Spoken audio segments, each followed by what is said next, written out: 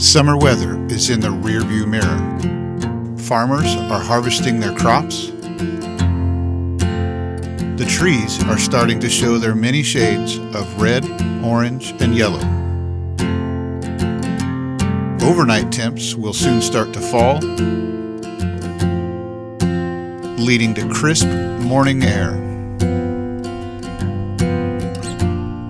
It's now time to start preparing for winter.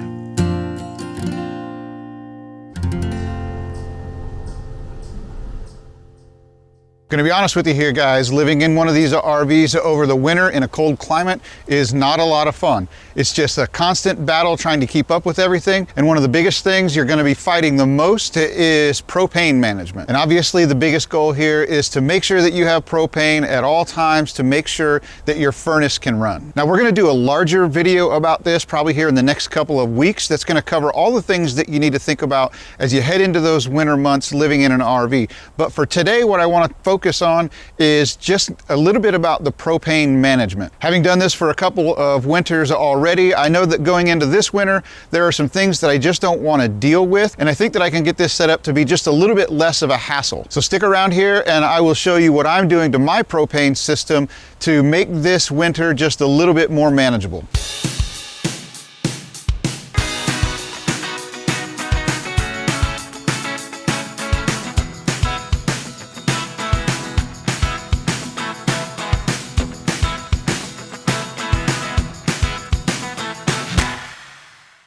All right, so the big thing I'm going to be talking about today is propane tank management, because that's what's going to make sure that you don't run out of propane. And we all know that if or when you run out of propane, it's always going to be in the middle of the night, the most inconvenient time for you to have to go out and swap a tank. Or worse yet, just find out that you're completely empty and you don't have any more propane. So in the past, we were fortunate enough that a campground that we stayed in actually provided us with 100-pound propane tanks. And not only did they provide the tanks to us, but when we got low, all we had to do was disconnect it, set it out by the road. They would pick it up, fill it, and bring it back to us and set it right next to the RV. Well, this year we don't have that luxury. And while I could go out and get a 100-pound propane tank, those things are super heavy when they're full. And if I had my own, sure, I could get it in the truck and go get it filled. But once I got it filled and got it back to the house, it would be a real pain in the to get that thing out of the back of the truck and back over by the RV because they're just so heavy. So instead, what I'm doing this year is I bought 2 extra 40-pound tanks. So now I have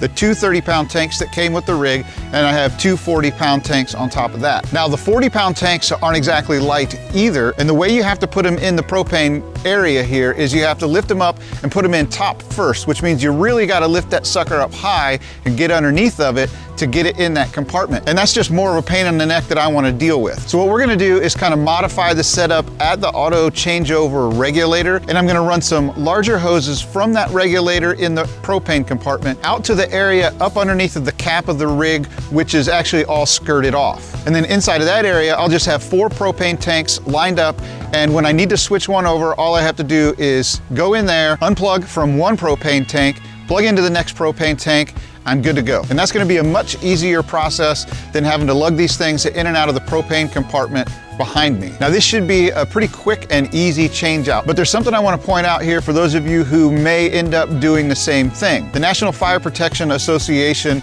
actually has codes for RVs. And one of those codes states that the line coming off of the tank actually needs to be reduced down to 30 pounds within 60 inches. So in order to avoid having to put another regulator on my system, what I've done is I have bought 2 5 feet or 60-inch hoses to go from the regulator to my tanks, and that should be enough length to get me up underneath of the cap on the front of this rig. So what this is going to look like in the end, if you were to draw it out, say on a schematic, it would look very similar to the normal setup here. It's just that my tanks are now going to be sitting outside and much easier to access and swap out. And of course, at the end of this, we're going to test the system to make sure that we don't have any leaks. All right, so let's not drag this out any farther than we need to and get started. So what I'm going to do first here is I'm just going to unscrew the regulator from the wall so that I have a little bit more room to work with. Then we're going to disconnect both of the original hoses, and then we'll tape up the new ones with thread tape that is designed for propane systems. We'll put those hoses on, we'll get the regulator mounted back up,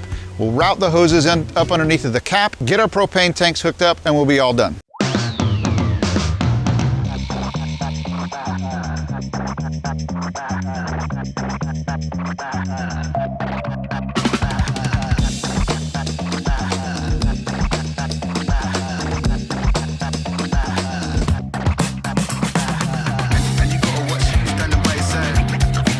So remember earlier when I said that the line coming from the tank needs to be reduced down to 30 pounds or less within 60 inches. Well, on this side of the RV where the auto changeover regulator is, there's only about maybe 12 or 18 inches of hose between the tank and the regulator. So I only need this one regulator. And then for us, along with a lot of people out there, especially if you have a fifth wheel, you have tanks on either side of the rig. Now the tank on the other side has a long stretch of hose that runs from that side over to this auto changeover regulator. And the way they satisfy that code requirement is by putting in a second pressure regulator on that side of the RV that decreases that pressure in the line down to less than 30 pounds as it comes over to the other side of the RV into the auto changeover regulator. So if you've ever looked in that compartment over there and wondered why there's another regulator over there, that's why. All right, so now what I'm gonna do is just connect the new hoses to the auto changeover regulator,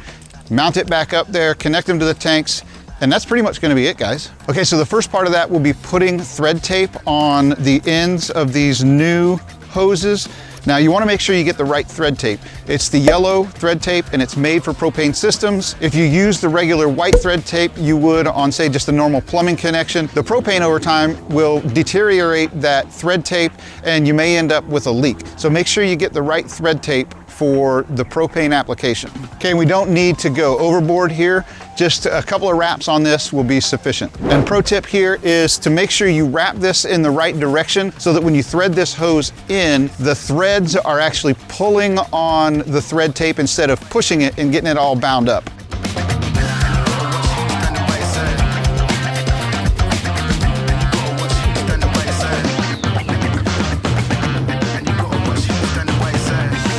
Again, just a couple of turns on that is all you need and you're ready to go. All right, guys, and so of course what I failed to remember is that I actually have an adapter on my hoses that I'm gonna need to take off and put on the new hoses, and then I'm gonna have to tape up the adapter threads as well. So just a kind of an added step here, but no real big deal. Then when you tighten this stuff down, you wanna make sure it's tight and that everything is firmly seated, firmly on there, but there's no reason to really gronk on these things. Just make sure you've got a nice tight connection. And again, in the end, we're gonna test this to make sure we don't have any leaks anyway. Of course, you wanna make sure that you do not cross thread this because then you're looking at a really bad day.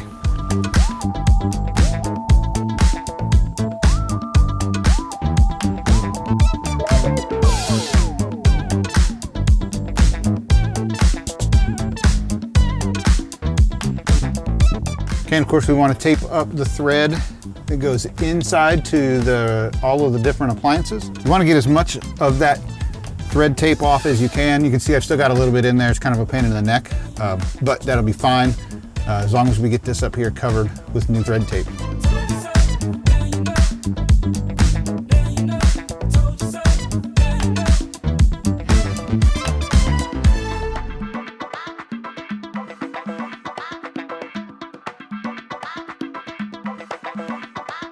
All right, so we've got the new hoses on here, and I'm just gonna mount this thing back up.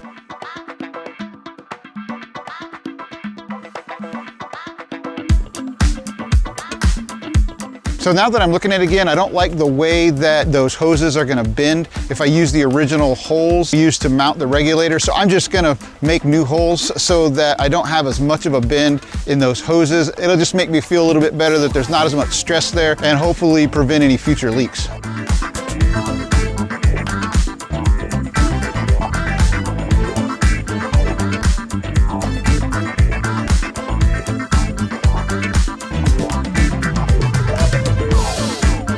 So now it's just a matter of getting those new hoses routed out of the bottom of the propane compartment and kind of up underneath of the lip down there and then into the area under my cap, which again is fully skirted in. All All right guys, so as you can see, I've got these hoses run up here to the area underneath my cap. And as you guys know, things don't always go to plan, and these are not gonna be long enough the way they are right now. So what I'm gonna have to do here is just run out there, reposition that regulator in the propane bay to a better location where it will give me more length on these hoses to do what I need to do in here. So I'm gonna run out and do that, and then I'll be back and we'll finish getting this hooked up.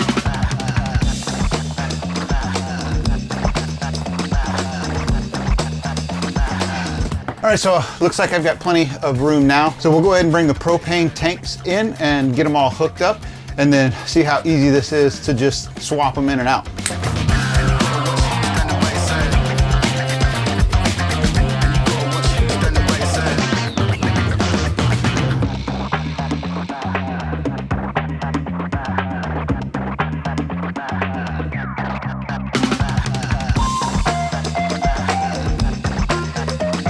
All right, there you have it. This is where they're gonna sit.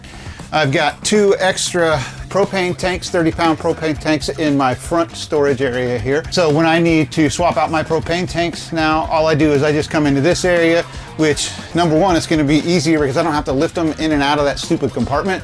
And number 2, it's in this, what we call a garage area, which is obviously protected from the elements, the wind, the rain, the snow, all that good stuff. So just in general, this should make wintering over this year just a little bit easier. And like I always say, it's all about the little things. If you can make the little things easier to do, living this lifestyle, man, you're really getting ahead of the game.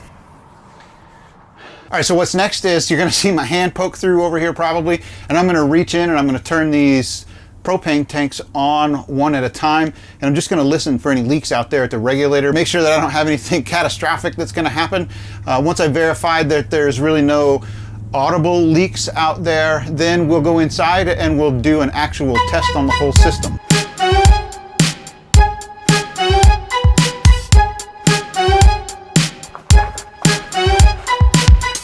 All right guys, so no leaks out there, so let's head inside. I'm gonna get cleaned up a little bit, and then we will run this pressure test on the whole system to make sure that we really don't have any leaks. Okay, guys, so here we are inside, we're in the kitchen, and we're gonna run this test on the propane system from the range itself. So basically what I have here, and you can pick these up pretty cheap on Amazon, is a pressure test kit, and this thing's gonna hook straight up to the range. So basically what we're gonna do is trap some propane inside of the lines, and we're gonna see if the pressure drops at all. And the way we're gonna do this is we're gonna go out there and we're gonna shut the valve on the propane tanks, and then that's, like I said, gonna trap the propane inside of the lines, and we'll start our test. Okay, so what we have right now is we have both propane tanks off.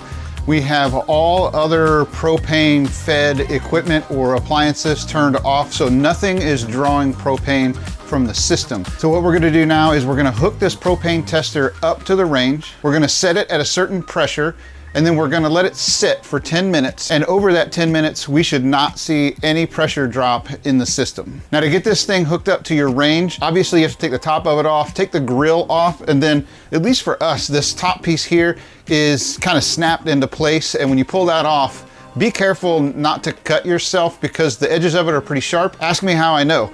I've had a few cuts this week, and so why should today be any different, right? So I've already got it kind of popped up already. Let's get this thing hooked up and get this pressure test underway.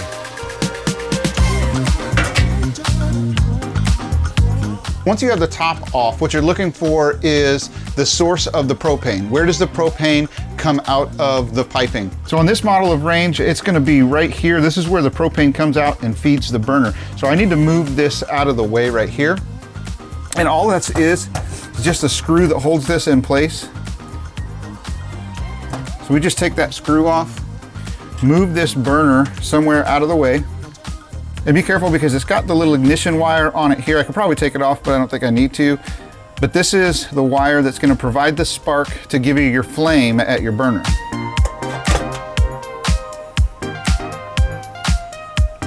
All right, so I'm just gonna set this right in the middle here. And what we're looking at here on this gauge is on the inside, we've got ounces per square inch on the red numbers, and then we have inches of water column on the outside in the blue range. Inches of water column is what we want to look at here. We're going to bleed this down to about 8 inches of water column, and that's where we're going to hold it for this test. So for this setup right here, all I'm going to do is hook up this tube, and I'm going to put it over this port right here, and it's because it's all rubber around the tip of this hose. It's going to make a nice seal around that port.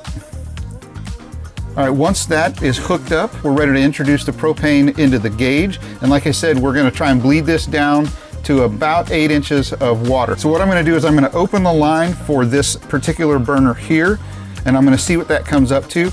And then if I need to bleed it down, I'm going to bleed that down using one of the other burners.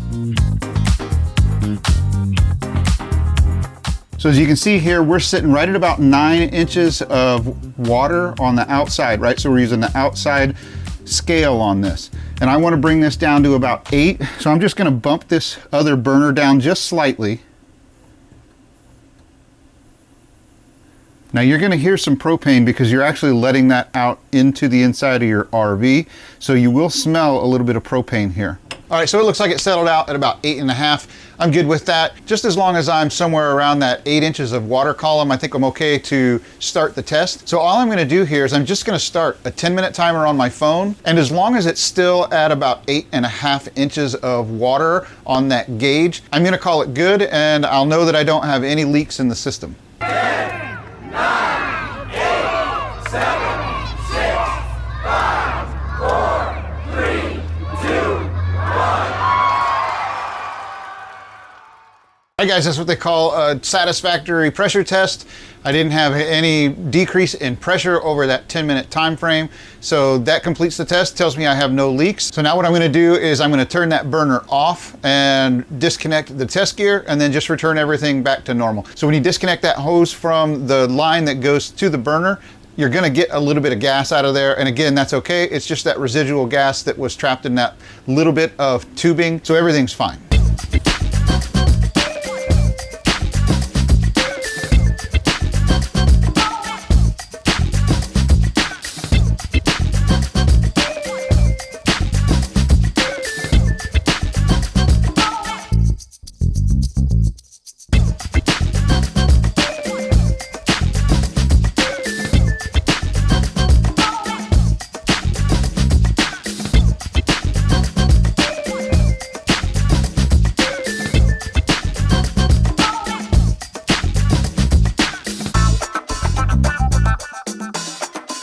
All right, that's gonna wrap it up for this video, guys. I really think that what I did there is going to make it a lot easier for us to swap out our propane tanks over the winter. And remember, it's not about what we do in these videos. It's really just about getting ideas out there for you guys to use and apply them to your own situation. And remember, we're gonna be putting out another video soon that discusses kind of the larger topic of all of the things that we're doing to get ready for winter. So make sure you stay tuned for that one as well. Now, if you like this video, please make sure that you hit that like button. Please also make sure, more importantly, that you hit that subscribe button so that you get notified of all of our videos in the future. And finally, as always, happy camping and stay safe out there.